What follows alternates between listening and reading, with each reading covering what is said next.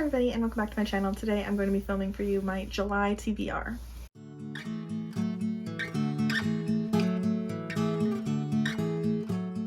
So this July has a lot of stuff going on. I'm still in grad school. I'm working on an internship for work.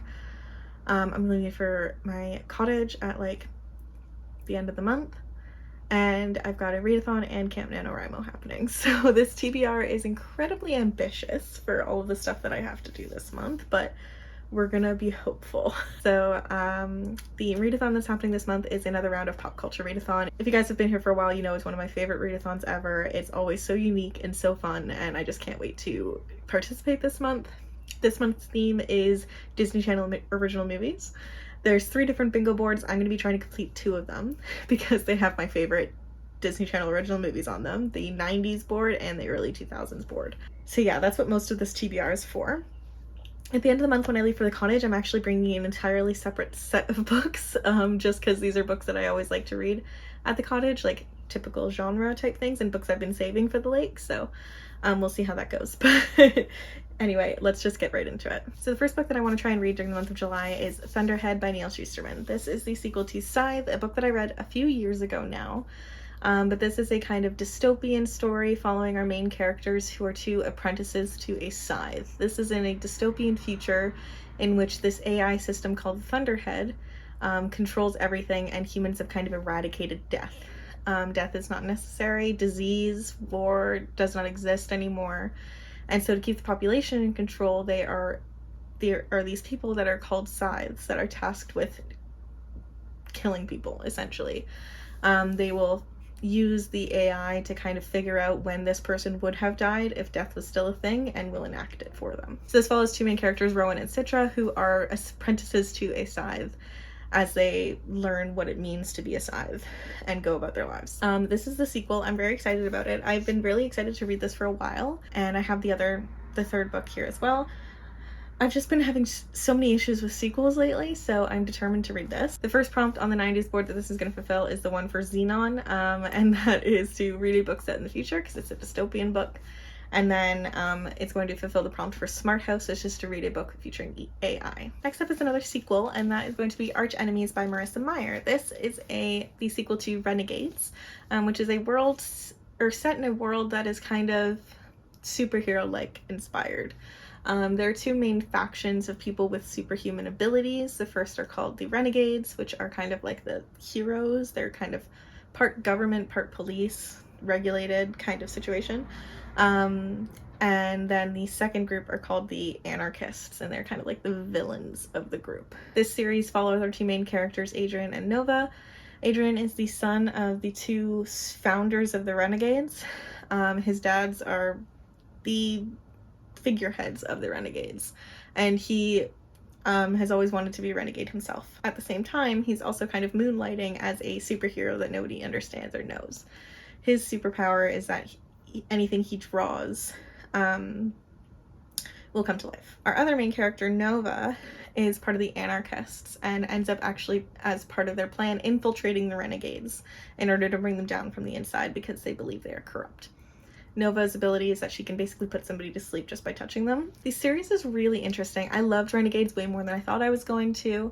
I read it at the beginning of the pandemic. I really had never really read anything like this before. I'm not a huge superhero book kind of thing. I feel like it leans more towards sci-fi, and I'm not a big sci-fi person, but I really loved the story and I loved the characters. Nova is one of my new favorite characters ever, so I'm really excited to see how the sequel pans out. For the 90s board, this is going to count for the prompt for the movie Brink, which is to read a book with a rivalry, because the 2 main characters kind of have a rivalry, and you know, arch enemies, it's kind of in the title.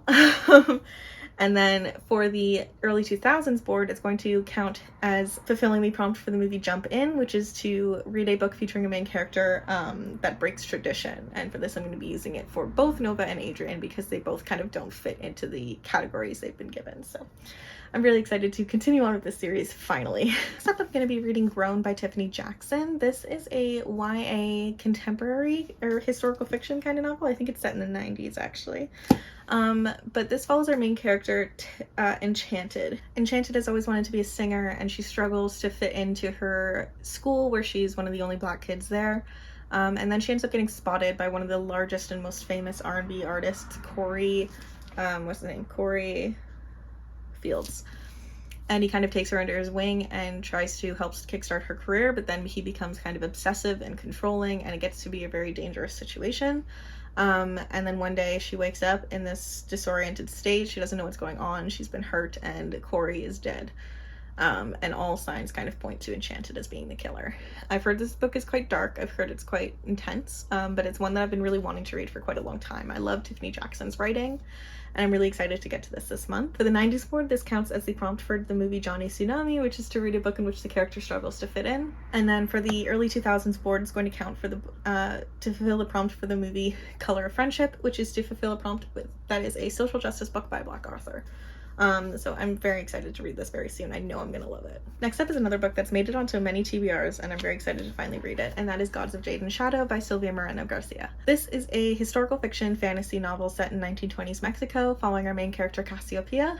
One day she ends up finding this chest in her grandfather's house and ends up actually accidentally unleashing a Mayan god. It says on the back, Cassiopeia begins an adventure replete with malicious ghosts, shape-changing sorcerers, and powerful magic. She ends up having to work with this imprisoned deity in order to save the world. Again, set at the backdrop of 1920s Mexico City. I'm really excited to see how this story is going to unfold. I've heard fantastic things about it, and I know I'm going to love it because I love Silvia Moreno Garcia's writing. For the 90s board prompt, it's going to fulfill the prompt for Halloween Town, which is to read a book in which there's a fight against evil. And then for the 90s board, it's going to actually complete two prompts. The first one for the movie Double Teamed, which is a book starring twins, because the god they're fighting the imprisoned god's twin brother. And then it's going to fulfill the prompt for Jet Jackson, which is the underrated author or series. I think both Silvia Moreno Garcia and this book in general is incredibly underrated, so I'm excited to read this month. The next book that I want to read during the month of July is The Roughest Draft by Austin Sigmund Broca and Emily Wibberley.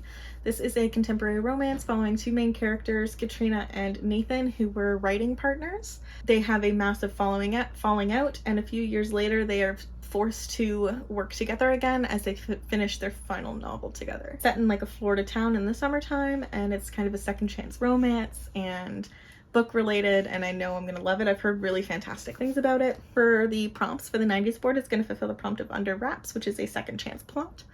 And then it's also the buzzword pick for the month for myself, because this month is to fulfill it or to read a book featuring book related words. So this one is The Roughest Draft.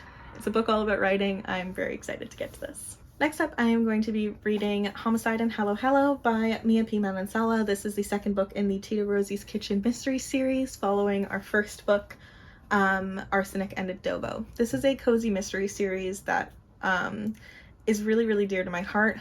Last July, I read Arsenic and Adobo, and I absolutely adored it.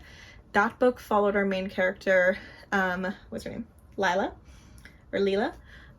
who has to kind of move back home, typical rom-com style, in order to help with her family business. One day she's serving a customer who happens to be a really rough and mean food critic, and also happens to be her ex-boyfriend, when he suddenly drops dead, and it seems that she is the killer. He was poisoned, and she has to kind of solve the mystery. This is along the same vein. It takes place after the first book, so I can't really talk about what this one's about, but it's another food-related mystery, kind of, and I'm very excited about it. I loved the first book, and I know I'm going to love this one as well. For the prompts, this is going to fulfill a prompt on the early 2000s board, which is to fulfill the Get a Clue prompt, which is to read a whodunit, so I'm very excited. Next up, I'm very excited about this one. Again, this one has made it onto so many different TBRs before, but I'm determined to read it this month, and that is The Poppy War by R.F. Kuang. This is considered to be one of the biggest and most well-loved adult fantasy series ever. This is a story inspired by the Second Sino-Japanese War and is very interlaced with East Asian history and folklore. It is a fantasy series. It's considered to be very dark, very violent, and I am really excited to get into it. Again, I've heard nothing but fantastic things about this. I don't know a ton about the plot, and I don't really want to know, because I want to go into this as blind as I can and just enjoy it for what it is. This is going to count for two prompts on the early 2000s board, the first being High School Musical, which is to read a book that's kind of overhyped, either the author or the series. I don't think this is going to be overhyped, but it is incredibly hyped up, so I'm going to count it for that. It's also going to count for the Wendy Wu Homecoming Warrior prompt, which is to read a book based on Asian myth. I think there's Asian myth in this. I could be wrong, but I'm pretty sure there is, and I'm very excited to get to it. Next up is actually going to be the first books that I read this month, and this is actually going to be my second complete reread of the Brown Sisters trilogy by Talia Hibbert. This is my all-time favorite romance series by my all-time favorite romance novelist, and I'm really excited to reread it again. I'm going to be starting the first one probably today. Today I'm filming this on the 1st. It's gonna be so good. So let's go over which prompts they're gonna fulfill. So the first one is Get a Life, Chloe Brown by Talia Hibbert. I've read this twice and I'm about to read it for the 3rd time. This follows Chloe Brown, who's kind of got this list of bucket list items that she'd like to complete. She's a chronically ill computer geek with a goal, a plan, and a list. After almost but not quite dying, she comes up with 7 directives to help her get a life. The next items: enjoy a drunken night out, ride a motorcycle, go camping, have meaningless but thoroughly enjoyable sex, travel the world with nothing but hand luggage, and do something bad. She ends up meeting Red Morgan, who is the super at her building, has a motorcycle, tattoos, is an artist, and they hate each other. They kind of have to work together to fulfill Chloe's list. I adore this book. I'm obsessed with it. The chronic illness rep is incredible. The characters and their romance is so fulfilling, and I'm so excited to read this again. This is going to fulfill the early 2000s prompt for the Proud Family movie, which is to read a book with an illustrated cover. Next up is my favorite of the series, and that is Take a Hint, Dani Brown. This one is my all-time favorite romance novel ever, and I'm obsessed with it. It follows Dani, who is the sister of Chloe. She is a witchcraft-loving, PhD-getting bisexual woman of my dreams. I'm obsessed with Dani. She is kind of over romance and just kind of wants a fling. And then she ends up becoming famous, going viral over a video that happens with her friend Zaf, who is a security guard at her building at her university that she works at. He ends up saving her from a life or death situation and ends up getting caught on camera with her in his arms escaping a building. He is a hopeless romantic who loves reading romance novels and is a owner of a nonprofit that helps kids in sports, specifically rugby, deal with their emotions and deal with mental health. He is riddled with anxiety and wants to help kids like him. In order to help gain some publicity for his nonprofit, they end up going along with the story that is running after the viral video that they are a couple. So it's got fake dating. It's my favorite trope. And so Dani thinks this is a perfect opportunity to kind of get in Zaf's pants like she's always wanted to. And adorableness ensues. I'm obsessed with it. For the readathon, this is going to count for 2 prompts on the 2000s board. The first one being for Right on Track. Read a book that says fuck it to gender norms. Dani is incredible. I love the way that this twists gender norms. Zaf is kind of the big burly guy, but also is the one that's romantic and has anxiety and all this kind of stuff. Whereas Dani is not only physically kind of says fuck it to gender norms, but also she's kind of the one that's looking for the one night stand and not wanting a romantic relationship, and I love it. It's also going to count for the prompt of Cheetah Girls 2, which is to read a book that you think is going to be, or a sequel that you think is going to be better than the original. In my opinion, this one is better than the original. So I know it's going to work out that way. I'm very excited. And then the last one in the trilogy, Act Your Age, Eve Brown. This is the 3rd and final book in this trilogy and the most recent one. This one I'm going to be reading for the 2nd time. This one follows Eve, who's the youngest of the Brown sisters, and she's kind of a free spirit, wild child, doesn't really know what she wants to do with her life. It's always just been going from career to career to career. And one day she's actually told by her parents that she has to move out, live on her own for a year, or else she's going to lose her trust fund. They're forcing her to decide what she wants to do with her life, and she's kind of frustrated by that. She goes on this drive, ends up encountering this tiny little B&B in the middle of nowhere, and decides to answer the note outside that says they're looking for a chef. She's always loved cooking. She's always loved baking. She had a little baking business at one point. So she ends up trying to interview for the job. Jacob, the owner of the B&B, is so frustrated with this process. He is autistic. He's kind of blunt. He's kind of, I know what I want kind of situation. Does not vibe with Eve from the get-go. He does not like her at all. And he turns her down for the job, obviously. As she's leaving, he ends up running after her on the quest of his business partner to kind of give her a second chance, and she ends up accidentally running him over with her car. She stays to help take care of him and ends up taking on the job for him while he's recovering, and the two of them have to kind of work together to keep this business afloat. This is going to fulfill the prompt for Cadet Kelly, which is to read a book in which enemies are forced to work with each other. It's kind of not like enemies so much as Jacob thinks Eve is his enemy. Eve doesn't really think the same thing, at least at first. It's very grumpy sunshine. I'm obsessed with it. It is so, so good. And I love the conversations that are had in this book. Not just about Jacob's being autistic, but also about Eve and her way of going about the world and her own personality and her own discoveries that she makes along the way of being independent for the first time. I'm obsessed with it. It's so good. All of them are fantastic, so I'm really excited to do this reread. It's going to be great. Next up is going to be the first book that I'm going to be reading during a mini readathon happening this month, which is Summerween, hosted by Gabby and Olivia. I'll leave their information down below as well. This is a Halloween themed readathon that happens in the summertime. I'm very excited about it. It's from the 15th to the 22nd, I believe, of July.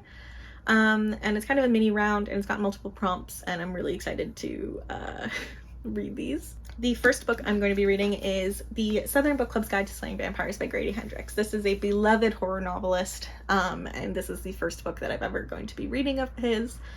I'm really excited about it. It's kind of like a historical story following our main character, Patricia, set in the 90s, who's kind of like fed up with her life, bored with her life, basically. Her life has never felt smaller. Her husband is a workaholic, her teenage kids have their own lives, her senile mother-in-law needs constant care, and she's always a step behind on her endless to-do list. The only thing keeping her sane is her book club, a close-knit group of Charleston women united in their love of true crime. Then James Harris walks into her life during the summer of 1993. He makes her feel things she hasn't felt in years. But when children on the other side of town go missing, Patricia wonders if he's connected. Is he Brad Pitt, a Bundy, or something much more? As you can tell from the title, it's about vampires, and I'm very excited about it. I've heard this is really great. I think this is a great one for me to start off with Grady Hendrix, and I'm really excited to read it. For Pop Culture Readathon on the 2000s board is going to fulfill 2 prompts. The first one being for the movie Twitches, which is to read a book featuring black witches or supernatural. This one's got vampires. And then it's also going to fulfill the prompt for the movie Up, Up, and Away, which is to read a book in which a black character saves the day. So for Summerween, this is going to count for the 3rd prompt, which is to read a book with Halloween colors on the cover. I've decided, because it's got orange and green and black, I've decided to use this, and I'm very excited. Next up is the last book that I have here with me physically, but I've got a few more on my TBR that I'll explain to you after this. But the next book that I'm planning on reading is Saga Volume 4 by Brian K. Vaughan. Again, this is the 4th volume in the Saga graphic novel series. I really adore this series. It is a sci-fi kind of reinterpretation of Romeo and Juliet set in space with various different alien races, and I'm obsessed with it. It's got great social commentary. It's got a great romance. I love all the characters, and I'm excited to continue on with the series. This is going to be my graphic novel pick for the month. I've got 5 more books on my TBR that I don't have the covers for, or the copies of, so I will, or I'm listening to like an audiobook or reading an ebook, so let's just keep going. The first is going to be Nothing But Blackened Teeth by Cassandra Naw. This is a terrifying looking novella. It's kind of like a ghost story following a main group of kids that go to this like abandoned house and weird things start to happen. It's a novella, and it's going to fulfill the prompt on the 90s board for Pop Culture Readathon for the movie Don't Look Under the Bed, in which you read a book featuring a terrifying cover, because I mean, look at I'm going to put the cover on the screen because it's disgusting. I'm also going to be using this, reading a book in the darker at night for Summerween, because it's a novella, so I'm going to try and read it one evening, all in one go. Nothing But Blackened Teeth is also going to count as being my short fiction for the month. Next up, I'm going to be listening to the audiobook of The Haunting of Hill House by Shirley Jackson, also during Summerween. This is a classic horror novel. Most people know about the TV show, and I love the TV show. It's a very short audiobook, and I think it's going to be really great, but this is going to fulfill the prompt of reading a book with haunt in the title for Summerween. It's also going to be an audiobook for me to read for this month, because I like to read an audiobook every month. Next up, I'm going to be reading Out of the Blue by Jason June. This is a brand new queer YA novel following 2 main characters, one of which is a mermaid and one of which is a human. Our main character is a mermaid, and he kind of is forced to go to land looking to see what humans are like, basically, and ends up coming across this lifeguard, and there's like a romance that ensues. This is going to count for 2 prompts on the 90s board, the first one being for the movie 13th Year, which is a book featuring mermaids. It's also going to count as the prompt for the movie Genius, which is to read a book featuring a transformation or a makeover. Mermaids transform when they go on land. It's also going to be counting for a prompt on the 2000s board, which is to fulfill the motocross prompt, which is to read a book that is queer or queer coded. This one is outwardly queer, and I'm very excited about it. Next up, I'm going to be reading The House Across the Lake by Riley Sager. This is going to be my very first Riley Sager book, but I'm reading this for the Literally Dead book club pick for the month. I'm also going to be reading this for Summerween as reading a slasher. So this is a thriller kind of psychological horror novel, I believe. It's the newest release from Riley Sager, and it follows our main character Casey, who's kind of a widowed former actress who decides to take up a cottage on the lake at the summertime with a bottle of booze in order to just kind of waste away the summer. Her favorite pastime is to watch her neighbors in the house across the lake. And she ends up making friends with Catherine, the former model, after she saves her from drowning. And she starts to find out that things may not always be the way it seems with this glamorous couple, and then one day Catherine goes missing. I'm really excited about this. It's gonna be really interesting, and I'm excited to read it very soon. I'm excited to see if I like Riley Sager, because I've heard he's very polarizing. So we'll see how it goes. The next book that I'm going to be reading is Crying in Hmart by Michelle Zauner. This is my in-person book club pick for the month of July. I'm very excited to read this. I've been wanting to read it for a long time, but I've been saving it for this month. This is a memoir following Michelle as she talks about her life growing up as a Korean American, and specifically talking about her relationship with her mother, who has passed away. I heard this was going to make me bawl, and I'm very excited to read it. Yeah, I'm incredibly excited for this one. I don't really know what else to say about it. It's going to fulfill the prompt on the 2000s board for the movie Luck of the Irish, to read a book in which culture or heritage plays a big role. Finally, the last book that I'm going to be reading during the month of July is Cemetery Boys by Aiden Thomas. I'm going to be listening to the audiobook or reading the ebook, whichever hold comes in first from my library. This is a YA fantasy novel following our main character Yadriel, who is a young trans boy who accidentally summoned a ghost and can't get rid of it. Yadriel is kind of struggling with his family life and his family members coming to terms with and accepting his gender, and he's determined to prove himself as a real brujo. With the help of his cousin and his best friend Maurizia, he actually performs this ritual to bring back the ghost of his murdered cousin, to set him free, and accidentally summons Julien, who is the resident bad boy who passed away, and is determined to find out what happened to him and to set up some loose ends. So the two of them have to kind of work together in order to figure out what's going on. I'm really excited about this. I've heard nothing but good things about this book, and I've been dying to read it for so long, and this is the perfect opportunity. For the 2000s board of Pop Culture Readathon, it's going to fulfill the final prompt, which is gotta kick it up, and to read a book that is Latinx YA. And it's also going to be another audiobook or ebook for me to read during this month. Thank you guys so much for watching. I really hope you enjoyed this video. Please give this video a like if you did enjoy it, because it really helps support my channel, and leave me a comment down below letting me know the book you're most excited to read this July, or if you're reading any of the books that I mentioned. If you're new here, please subscribe. I put up new bookish and writing videos every week, and I hope you guys have a lovely day. Bye bye.